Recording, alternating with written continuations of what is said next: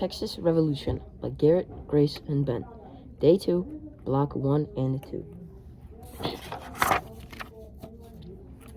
Texas was full of rich and desirable land. It also had an abundance of forests and soil rich for planting crops. It also had rivers leading to the Gulf of Mexico, which were deemed valuable by many. This is why, in 1819, American soldiers had tried to claim Texas as part of the Louisiana Purchase, only to be driven out by Spanish soldiers.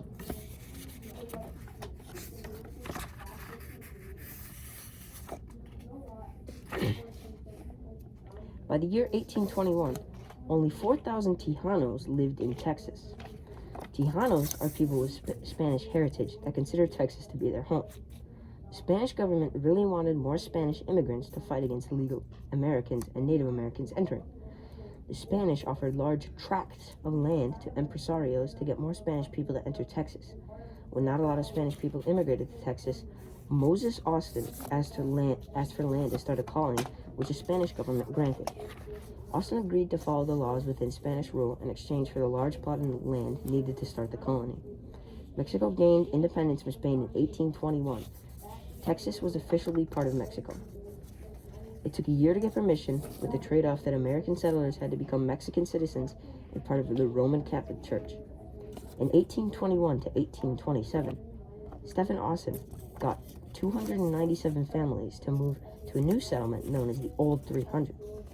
In 1830, the population of the Old 300 was almost at 30,000. People came here to escape the law, get rich, and overall have a better life. Americans started to represent Mexican law as they outnumbered Tejanos 6-1. Slave owners were mad when Mexico outlawed slavery in 1829. Austin persuaded the Mexican government to let the slave owners keep their slaves. Mexico taxed American immigrants and stopped American immigration. To enforce this, Mexico sent troops to Texas.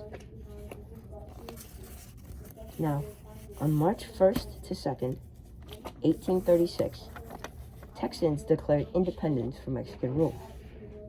A man named Sam Houston was placed in charge of the Texan army, seeing as he was the only man at the meeting with military experience. The Alamo was a decrepit and desolate military foothold that the American-Mexican army got stuck in. They were surrounded by Mexican troops. The Alamo's defenders held off the Alamo through 12 days of violence. The Alamo was defended by a total of 183 Texans, led by William Travis, in addition to 25 Tejanos, led by Juan Seguin. The revolution lasted a total of 13 days, with 12 of those being spent in the Alamo, which I already stated. The most famous rebel, Davy Crockett, died during the Battle of the Alamo. In the legend about Davy Crockett, it stated that he was a hero, killing many Mexicans, up to 200, all on his own, which in reality didn't happen, but the Texans used it as fuel to the fire of their revolution. With the slaughter at the Alamo traveling all through Texas, many were shocked by Santa Anna, Mexico's president at the time, which he had hoped would discourage any further rebellion. Sam Houston told any remaining soldiers to retreat to San Jacinto River, which is where Santa Anna and his army met up with him. Unfortunately for Anna, Sam Houston's army doubled, leaving him with 800 angry men ready to fight for Texas. In the late afternoon of April 21st, 1836, the Texans advanced with something they called the stillness of death. When they reached Santa Anna's camp, they raced forward with their rifles, chanting, "Remember the Alamo," and "Remember Goliad." Goliad was another military base where many Texan soldiers were captured and executed by Mexican rule in the months prior. In just 18 minutes, the Texans killed more than half of the Mexican army. Santa Anna was forced to sign a treaty granting Texas its freedom, and thanks to the Battle of Santa Anna, or San Jacinto, Texas was officially free from Mexican rule, creating the Republic of Texas.